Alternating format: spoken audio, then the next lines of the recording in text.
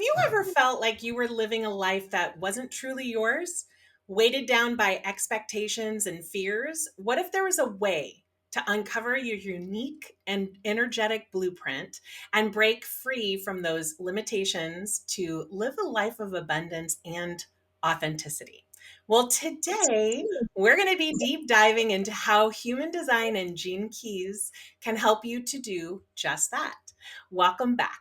If you're new here, I am Jen Vasquez. I help hyper busy female service providers use Pinterest to book more clients, boost their income, and make a bigger impact. On this podcast, I also host expert interviews on all things marketing to help you grow your business smartly and efficiently.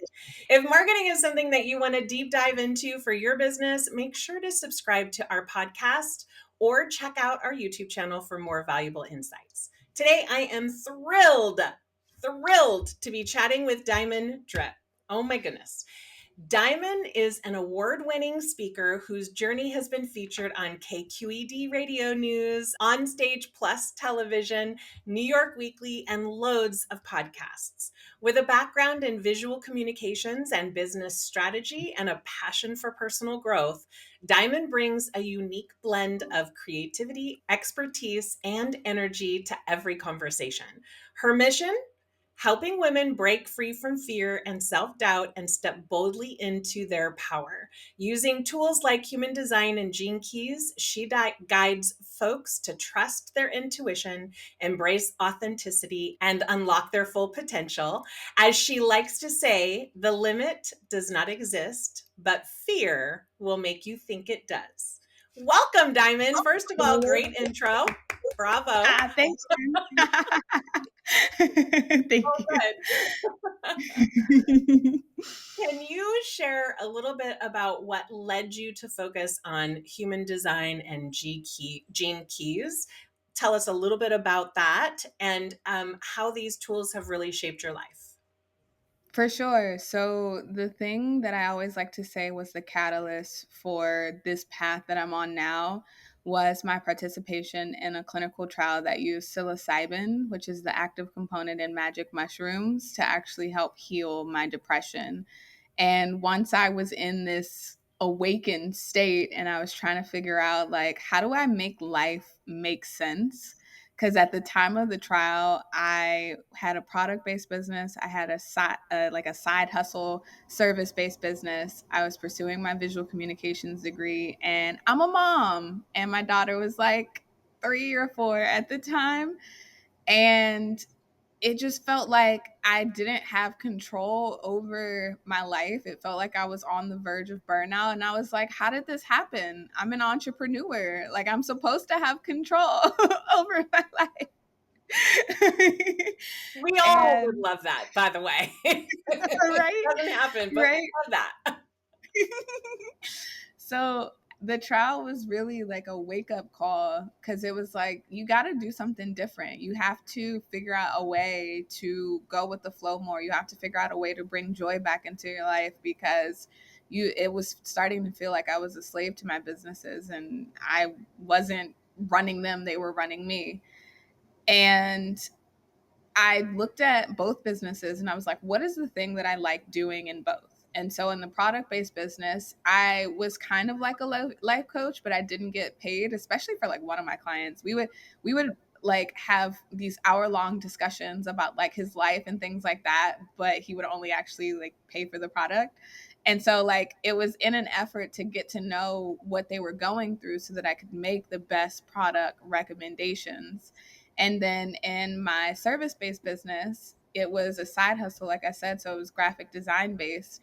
And like, yeah, I was making logos and like helping them with social media content. But in order to get to those places, we had to flush out all their ideas, all of the things that they wanted to do. And I was doing that coaching for free and then turning around and doing the work. And I was like, I really enjoy the aspects where I help them get clarity. And after the trial, the thing that I most wanted to do was help people feel better. After the trial looked at the efficacy of individuals with treatment resistant depression. Yeah. And that trial did wonders for me. And I say that it healed my depression. And so, what I really wanted to do was help people heal these parts of themselves. However, I didn't know how to market that because, as a sufferer of depression for over a decade, I was like, it's not some, like, I can't guarantee you at the end of 6 months you're going to feel better, especially if they don't do the work I themselves. mean, that's the key, right? Is actually doing the work. Yeah, we can meet all we want for an hour or whatever, but if you don't actually take insights and start the integration process of what we talk about, like, I'm gonna get bad reviews. People are gonna say I'm a terrible life coach. And I was like, I was so scared that I was like, okay, well, why don't I just do business coaching? Because that seems safe. That seems, like a very, like a tangible thing. Like, you come to me, you don't know how to build a website, you don't know anything about like building funnels. You'll have a funnel, you'll have a website, you'll have a logo, you'll have social Have that media, tangible thing. Yeah. right? Yeah. Right. And so in the business coaching program that I was in, they talk about niche for now, which like basically meant even if it didn't necessarily fit, just pick it and stick with it and just see if it worked. And so the niche that I picked, because I was trying to get away from the product based model, was service based businesses. And that catapulted me into our favorite thing, imposter syndrome, because I had built a successful product based business. I had built a successful product based business. I had not built a successful service based business. That was my side hustle. And so trying to help women entrepreneurs build these successful service based businesses when I hadn't done it myself, it was like, but the one saving grace that I had was I was in a program where they were teaching women how to build successful service-based businesses. And so I'm in these communities where I'm seeing all of these women that are with their coaches and they're hitting like 5 figures and 6 figures. So I was like, I'm learning the right stuff. So I'll just teach the stuff that I'm learning, even if it's not working for me. And so that was a whole different I thing. mean, But there is that thing, fake it till you make it. So, right. Right. And so, and you're getting educated. It's not like you were, yeah, like some business out there, they open up their business, but they've never done that thing ever. yeah, You've done it and you're learning it, right? yeah. I'm just learning how to do it in a different way, right? And that's the thing with imposter syndrome. It's not that you're not capable or you're not like worthy of the things. It's just you're a beginner at this one particular thing. Exactly. And and so I was, branding myself as this business and mindset coach. And the online business and mindset coaching space is pretty saturated. And so it was like, well, how do I stand out? And so at first I thought it was going to be like AI tips and tools, but obviously AI was like the hottest thing and still is like the hottest thing. So everyone's trying to get a foothold on the AI Everyone. space. So I was like, I don't think it's AI necessarily. And I was on this like stumbling journey for months. Like, I would have like these one-off successes that would only contribute to my imposter syndrome. When I would get a client, I was like, well, I just got lucky, it, like, I'm still trying to figure it out. And so Take I was the win. right. Exactly. We don't do that. It's No. unfortunate. Mm-mm. But it was through that trying to figure out what my superpower was, that the one thing that I really started to notice people say was like, your energy is contagious, your energy is awesome. And I was like, that's How great. can I make um money that way? no, as a matter of fact, it was the opposite. It started to frustrate me because I was like, I can't bottle my energy up and sell it. I can't Oh, you teach can't people how to teach how to, have my yeah, energy. you have it or you Yeah. don't. Yeah. Cause like I would have taught my partner how to have my energy a long time ago if that was the case. Yeah, for sure. Right. So it was actually beginning to be this thing that frustrated me. It was like, okay, people love this energy thing, whatever that is, but like, what's my superpower? Because obviously it can't be that. and I met someone who had made the pivot, or was in the business that I was kind of too scared to do. When I met her, she was going by the title of intuitive life coach, and she had had 20 years of business coaching and consulting experience. And I was like, how'd you do it? How'd you go Tell from me step doing by business step. stuff? Yeah, tell me the ways, please, so Yeah. that I can make this pivot. She did not. But Spoiler. right. But what she did do was ask me this really critical question of, do you know your energy type? And I was like, no, I don't know what you're talking about really. And she Tell started me more. talking about, like, right? She was like talking about how like our auras, exude these different energies, and there are these different types of energies. And she was like, it's funny because I think back on that conversation sometimes, and like she's like, it's kind of hard to explain. You just kind of gotta pull it for yourself. And she sends me this calculator, and it was the Jovian Archive calculator, which is like the official international Yes. school of human design and things.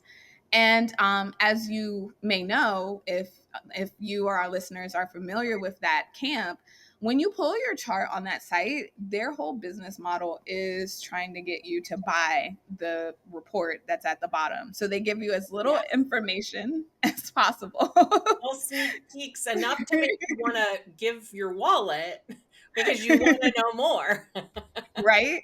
And I was like, while I would value a 50-page report about me, I don't know anything about this. So I'm going to go to YouTube University and I'm going to see what The this, best. right? The best. And I'm going to see what this whole human design thing is about. And the very first thing that I Googled was, what does it mean to be a generator in human design? And the video talks about like, when we're doing work that we love, when we're really in our zone, we generate so much energy that it just spills out of us into Blows. the things Yeah, that, yeah, into the things we're doing, to the people who are around us. And I was like, oh, that's what people were saying I do. exactly. You're all they described me. Right. And every single video that I watched after that, like, what does it mean to have emotional authority? What does it mean to be a 5-1? Like, it was like, it fits. And while everything that I had discovered about me rang true, what really solidified it was when I looked up my daughter's energy and my partner's energy. Cause And then I you're was like, like, dang, these people know what they're talking about. right? I Yes. I did the same And thing. I was like, that's why he does this. Okay, that's why they and I have right. four adult children, so I was like looking everyone up at that point. Right? And everything just made so much sense.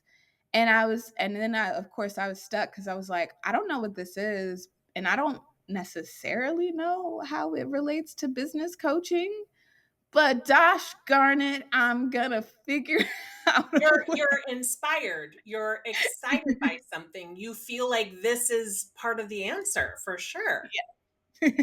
Yeah, so that's kind of how I discovered it. It was I like this love long it. stumbling path, and now the rabbit hole that is human design is my life. So Well, I asked that question, how did you get here for like how did you get here basically in your business to everyone? And if you listen to the podcast or watch the YouTube videos, like I have not interviewed one person that this is like the job that they've had, like since the beginning of time. It's just not. yeah. We all start somewhere.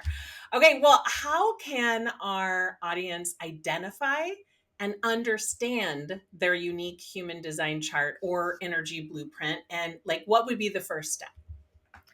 I highly recommend, and I am not biased at all, but I have a calculator on my website, diamonddripconsulting.com, that allows them to pull their free chart like I did on Jovian Archive. However, I'm not trying to drive them to buy the report. So when they pull their chart, they're going to see it in all its glory, all of the arrows, all of the numbers, all of the planets, the different shapes with the colors and things. And then if they scroll down a little bit more, they'll have the descriptions of what some of the things that they're looking at mean? And so that's kind of like the first step. If they really want to take it a bit further, there is this. What are some common limiting beliefs that you see women struggle with?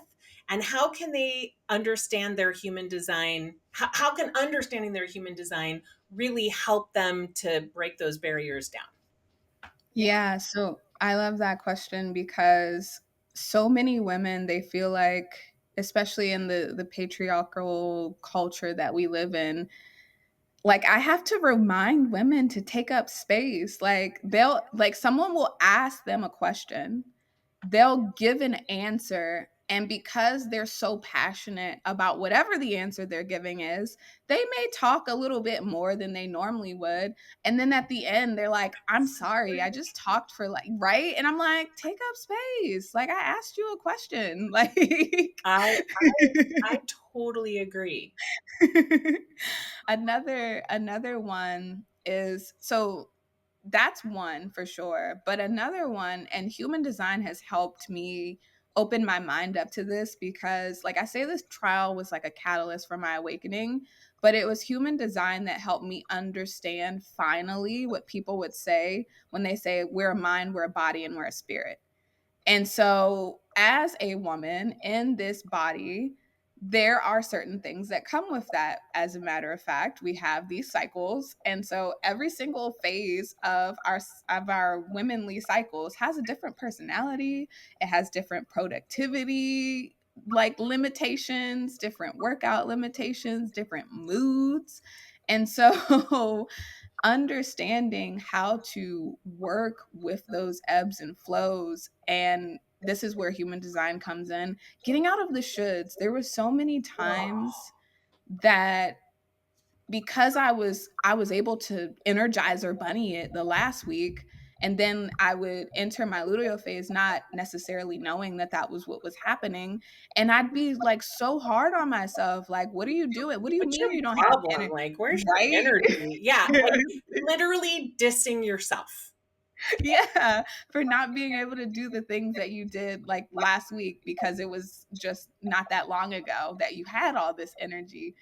And being able to be okay with that, being able to shed the societal conditioning around like you should just be able to suck it up and you should just be able to just do it anyway, and like, no, like each of these different phases needs different things. Like, So let's go a little deeper because I know this is a passion of yours. And I truly believe that this is a way that you can change the way you feel about owning your business by being able to schedule around your different phases. So let's go a little nerdy on this.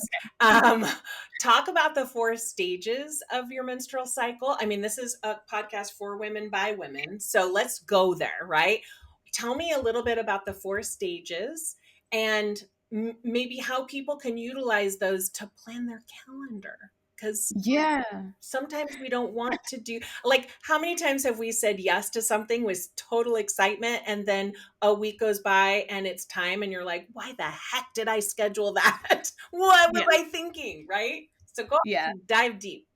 I love that because that happens with the women's cycles, but it also happens with people with emotional authority because they don't wait out their wave. And I cannot do that. I've tried really hard, but when I do that, I'm always so grateful that next week when I don't have that meeting because I thought about it over. Like, it's that overnight situation. Some people think you have to wait till you fully get an answer. Well, oftentimes our gut will tell us you just have to give it a little bit of time. yeah, and then check in and make sure it's still Yes. there. So, but yeah, so the four phases, you have the menstrual phase, which everyone knows, everyone talks about, and that's really the time for like internal reflection. It's really the time for stretching, yoga. We know these things. We don't feel like doing these things, but we know these things to be true.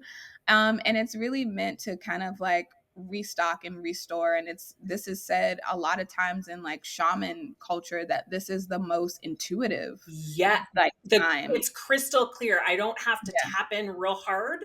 It Yeah, comes at me how I'm exactly. feeling about something. Exactly. And so that is actually a part of the follicular phase. So the menstrual phase kind of overlaps with the follicular phase, which is the first 14 days or so. And so this is known, obviously, once you're done bleeding and you Yes. get through all of that stuff, but this is known as like your spring. This is when, like, this is why we feel so much more energized when we come out of the menstrual period, because it's like, yeah, the estrogen's on the rise and the progesterone, like all the things are thinging, and there it's like time to like start, getting heavier with the weights, doing a little bit of, weightlifting and out of the yoga, maybe riding a bike, maybe doing some swimming. And really, this is where we're starting to feel our most extroverted. So, doing networking during this time, really like scheduling those meetings, doing like launches, because you have the energy to actually Yes. do these things, Yes. and you've just reflected for whatever amount of time. So like you in theory, you're really clear on like what you should be doing. And then you have ovulation, which some books will say like it's like 5 days. Really, the actual ovulation part is 2 days, but you do feel like those, like the LH rises, all of the other hormones rise. And so this is where you might feel a little more frisky because the testosterone is on the rise too. So you might be a little bit more cuddly. And Or that's really or a great. little bit more aggressive in your, like, that's the time to negotiate. Yeah. I'm just Yeah. saying. Yes. Also, for so like 50% of the population has an undefined or open heart center, heart ego center in human design. So, every like 5 or 6 days we go through these different transits, and so different gates are activated when the planets move up there. So also the time to be aggressive with negotiations and to really plan your pricing is when you're defined based on whatever the transit is, Oh, because then you have like that willpower, that self-worth, that self-esteem, that you can be like, no, I'm charging what I'm worth, like I'm that's not. right. I know I'll hate myself next month if I start working with this person without getting paid the what I should be paid for it. Yes. Exactly, exactly. So, yes, it also can be a time to negotiate. And it's really the time that we have like the most energy. We feel like we're on top of the world, everything. Like, it's actually said that we can do like heavy weightlifting and things like that because we just have like, just like this, yes, let's go, let's do it. I wish we had that And all the time, but that's okay. We gotta it's we okay. gotta have phases. Right? Yes, there's balance in all things. Mhm. And so, not too long after, and this is where one of the modalities that I use personally, the fertility awareness, comes in with tracking your temperature, tracking your cervical mucus, tracking where your cervical positioning is, comes in, because after you've ovulated, your temperature spikes, and that kind of starts the luteal phase of things, where that's when we start getting into the tender boobies and we start getting into the irritability and we're more sensitive and all of the things that then start the PMS cycle. And these are times, actually, it's been interesting to follow this, but we should not be doing big launches during this time. Like, surprise, surprise. Um, Yeah, it won't go over real well. yeah, And exactly. you'll be hating yourself for doing it during this time. Yes. Yes, especially because you're way more critical during this time. Like, Not critical is just one to of the yourself, roots. but others. Exactly, exactly, which causes some of that irritability. Yep. And so, like, launches, terrible time, because you will be so critical of yourself. Like, oh, maybe people just didn't do it because this was just a dumb idea. And like, you're just like, you're just basically like knocking yourself when like, and I've caught myself doing this, especially because the luteal phase takes me back to some of my Hmm. like reminiscent of the depression days of like being really hard on myself, being tired, not It wanting takes to you do anything. literally back to that time. Yeah, I can imagine. Yeah. And so like having the awareness and being in my awareness enough to know like, hey, no, like you're actually just critical right now. You're actually just more sensitive right now. You're fine. Like, it's okay. It can be really, and so in my household, actually, we have little whiteboards on the fridge. And so every time that I'm about to step into a new phase, I will actually update the whiteboard so that my partner knows, like, hey, I'm going to be more sensitive this time. I update it with things like, for me too, like So the different good. types of foods that you should be eating. Yes. Um, Veggies, green veggies, sunflower seeds, Yes. pumpkin seeds, like things like that. But I also put it up there for him. So I I'm mean, I'm like, sorry, but like that is really a thoughtful thing to do. Some people are like, oh my God, my husband would love it. I'm telling you, your husband or your partner would love it because then they are, it's just like saying, I wish my husband got me this, but not telling them him and then being upset when he doesn't get you what you knew in your mind and didn't happen to share.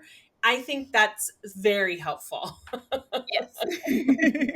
The fertility awareness method has made communication between me and my partner so much better because he's like, we share this app. It's called Stardust.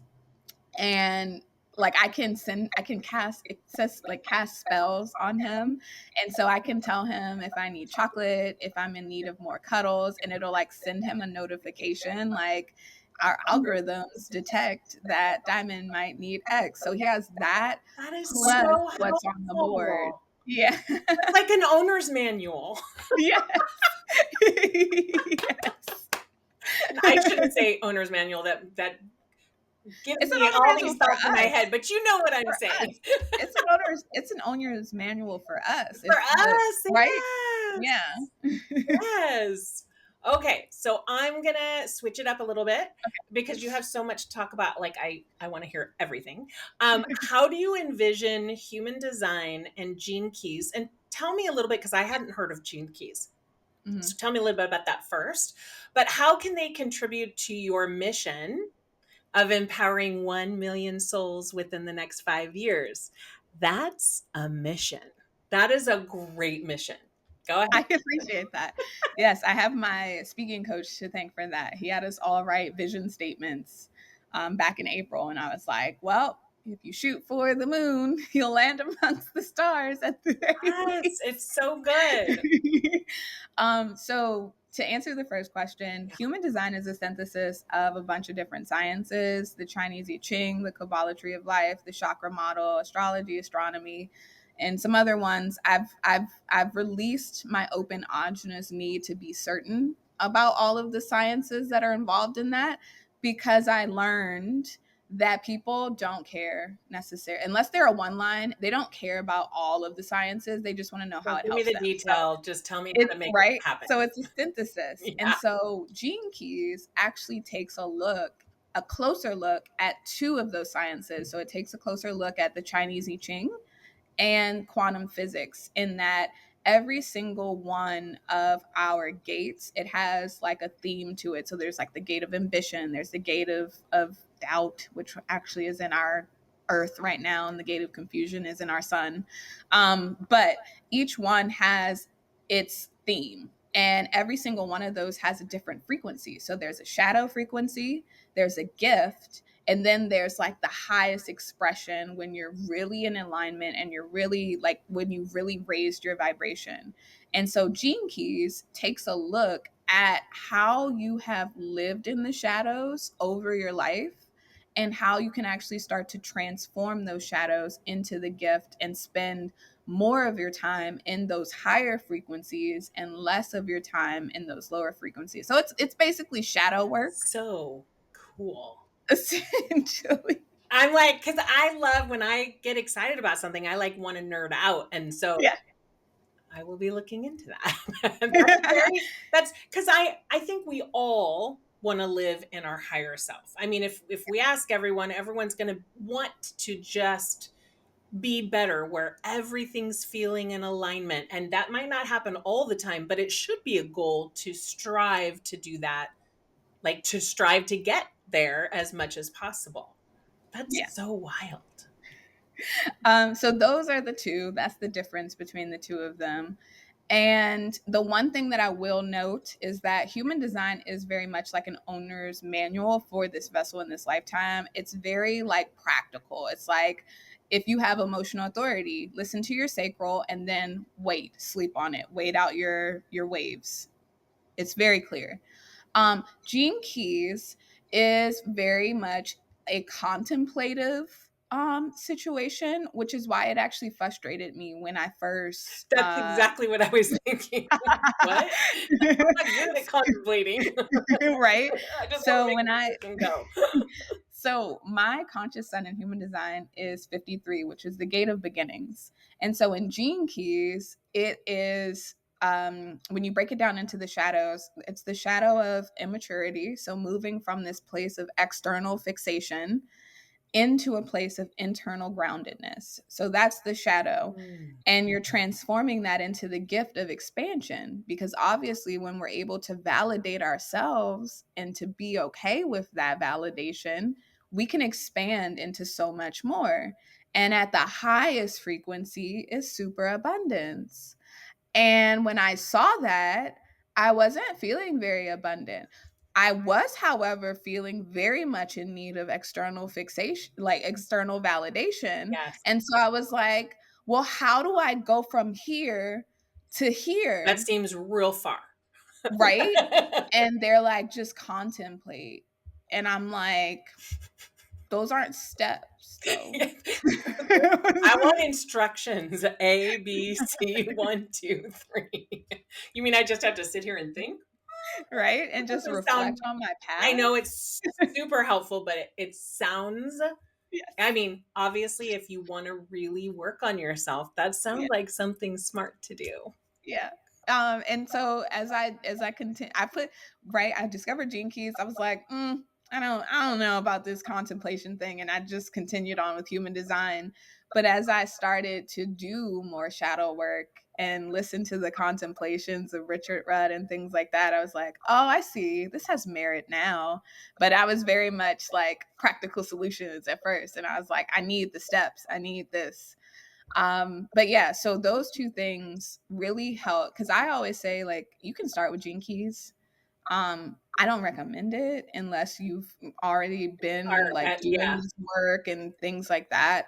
I always say start with human design because it is a great gateway into the thinking and the awareness that you need to be in for Gene Keys. And so how dang. Okay, so what was So basically, how are you like contributing to your mission of empowering people? yes. Okay. So, using these tools to help people wake up. So many of us are sleepwalking through life and we're So many. yes, and we're holding on to things that like we never took the time to challenge the beliefs and figure out what we believe. Like even with something as simple as you go to school, you get good grades, you go to a good university, you get a good job, and then, you get married, you have the kid, white picket fence, and then after that you retire and you live your life. No, actually, like those are beliefs that were passed down from our parents. And that was because their parents didn't know any better, especially from the generation that was raised by the people who went through the Great Depression. Boomers, yeah. They're like, yeah, they're like, you need to get a stable job with benefits and the things and etc.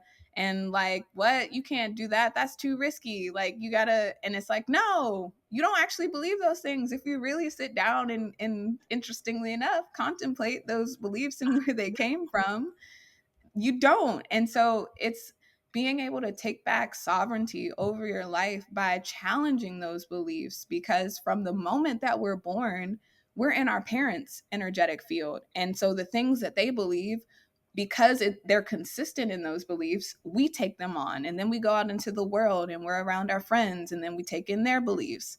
And all the while this is happening, society is, marketing messages and telling us these isms Social that media. Yes. right, Yes. all of the things, and it's contributing to these beliefs that don't actually serve us. And so if my mission is to wake people up to who they truly are at soul level, because it starts there, it starts in that awareness, and helping them challenge these beliefs that don't serve them so that they can step into their full potential. I think that's brilliant. Brilliantly said. Because I feel like you can run a totally successful business, but that doesn't mean that you're happy, right? And I think that sometimes people are scared to go inside because they already have enough out here to deal with. Yeah. So I joke and I don't like contemplation, but I'm constantly thinking. Like whenever I'm feeling, now I know at 56 years old, now I know that when something makes me nervous in business, I need to lean in. It's not that nervousness is the work that's coming and the learning I have to do, where I think like I shouldn't have to learn at this point, but that's not the case. Um, and when I know it's a bad decision, I feel it in my core. Like I feel it. I know when it's a bad decision. So I'm trying to avoid being nervous because I know that that's money on the table, bottom line, for me Yeah. anyway. I So it yeah. helps when you start to know yourself better, you can control how you react and how you fix it. And that is life changing, I think. 1000%. Like what you said, there's money on the table. I'm currently getting certified to be able to read the Akashic records through soul realignment practitioner work. And so I'm a little bit impatient because in the You course. and I are like the same people, I swear. Yes. So in the course, she talks about like getting 5 practice clients so that you can gain objectivity and confidence in your psychic gifts. And then you can do your family and then you can do yourself. And I was like, okay, but it's 10 lessons in this course. And there's like 6 videos in each lesson. And those videos are like 20 plus minutes long. So that's a long time before I get to like being able to read me. So I have my Akashic records read. And the person that did my reading, he doesn't use the modality that I do. And so he kind of just like opened him up and opened himself up and just like whatever came through, like came through. And he encouraged me to bring questions. And so one of the questions that I had, I was like, why is it that like every time I feel like I'm about to do something that's going to bring me success, I procrastinate? And while I do thrive under pressure, I would rather not be under pressure every single time I'm about to do something that's going to bring me success. And the way he explained it to me, it made so much sense. And that's why these perspective shifts can be so powerful. He based and it's crazy because as a business and mindset coach, because I knew the science of fear, I would say stuff like feel the fear and do it anyway.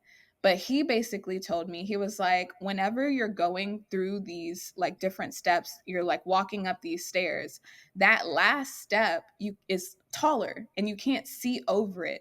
And so what happens is energetically, you're about to take this quantum leap. You're about to jump timelines and like fast forward it. And energetically speaking, you can feel like the pressure and the Yes. uncertainty and all of the things. And you'll And talk so yourself out of it.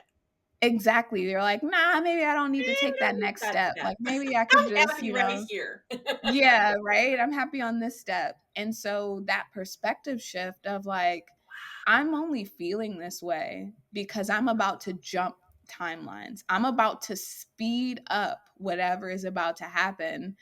Do I still struggle with it? Of course, I'm I human. mean, but you But have a little bit more knowledge to get yes. you from that nervousness and procrastination into Mhm. taking action faster and faster and faster. That's how I'm feeling. Yes. Yeah. Exactly. Exactly. I'm about to jump timelines. It's Yes, fine. I It feel should this feel way. Yeah. nerve-wracking.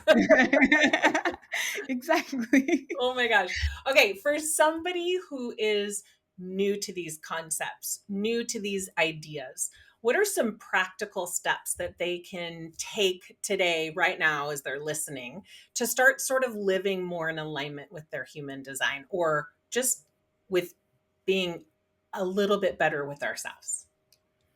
Yeah, so it the first step is really the awareness. Being aware, right? Even if before you pull your chart, because that's always what I recommend first, just so you can know what your type is. Even before doing that, being in awareness of your thoughts. It wasn't until I really like stopped and took a moment to listen to the inner critic, because the inner critic can be so loud sometimes, and it can be so, right? It's a critic, it's critical. And so it wasn't until I really started to listen in and to start to unpack, like, why, like, the question that I was told to ask the inner critic when it starts presenting me with things that just I know it's just trying to feed me stuff, is like, how is that helpful? That's And so, I'm sorry, but that just hit me. That's so perfectly said. right. That is brilliant. Yes, it hit me the same way, because our brains, they love to analyze and to pick things apart. And what you'll notice is when it brings you a critical thought and you say, how is that helpful? It may try to start coming up with reasons. Well, like, if you did this, then it would be this. And if you did this, then it would be this. And to really listen to the reasons that it gives you, because if it's rooted in a place of fear, like, you should do this because if you don't, then blah, blah, blah. If it's rooted in a place of scarcity, like, like, You don't have the that's going money to for cause you, this. right? Yeah. If it starts bringing you those things, actually start to take notice of that, because we know that fear and scarcity are things that hold us back. So when your critic can only bring you, like, how that is helpful in things that we know on an analytical level will only hurt us, then you can really start to take back power and be like, I don't think so, actually. And then Disagree. You it can stop falls talking away. now. Yeah. Yeah. Oh my gosh, that is so good. Okay, we're in the home stretch now. Yeah. What are three things that have helped you to grow your business? It could be tools, it could be advice, literally anything. What three things do you think have most helped? I would say the three things that have most helped would obviously be human design is one, because it helps me understand my gifts and step into my authenticity, because I didn't always have the confidence to do that. And so here was this thing that was validating me, backed by science, and I was like, this makes sense. The other one would be like these little mantras that I have. And so one of them came from my mentor, and she basically says, just especially as generators, because we have the power, the energizer bunny, like, go go go, we can do it all, especially as moms, right? Oh, We're super you can moms. handle anything. Yeah. Oh, Yeah, like, I don't know that I did that, but okay. I didn't even know that Action. this is not I didn't Zoom, so no, I don't know how it did it's a that, but Mac. cool. Go It's for it. Mac reactions, but I didn't think that I held it for that long to do it. Anyway, so she has this saying of, like, just because you can doesn't mean you should. Oh, And I hate that. I hate that statement because it's so freaking true. yes. Like, there's so many things that we could be doing. Like, example, my degree is in visual communications and concentration in graphic design. And I have wanted to rebrand for so long to incorporate these different pieces of myself. I love cats, I love psychedelic colors, I love mushrooms. But I would gather all the pieces and then I would get two in my head about actually creating whatever the brand was. And I would what would take me months, weeks and months. Someone is now, we're having a reveal party on Friday. She did it in like 2 weeks. You know why? That's because I always feel like we're in a jar and on the label is all the answers and things, and we're inside the jar. So other Yeah. people can see the jar and go, I mean, duh, right?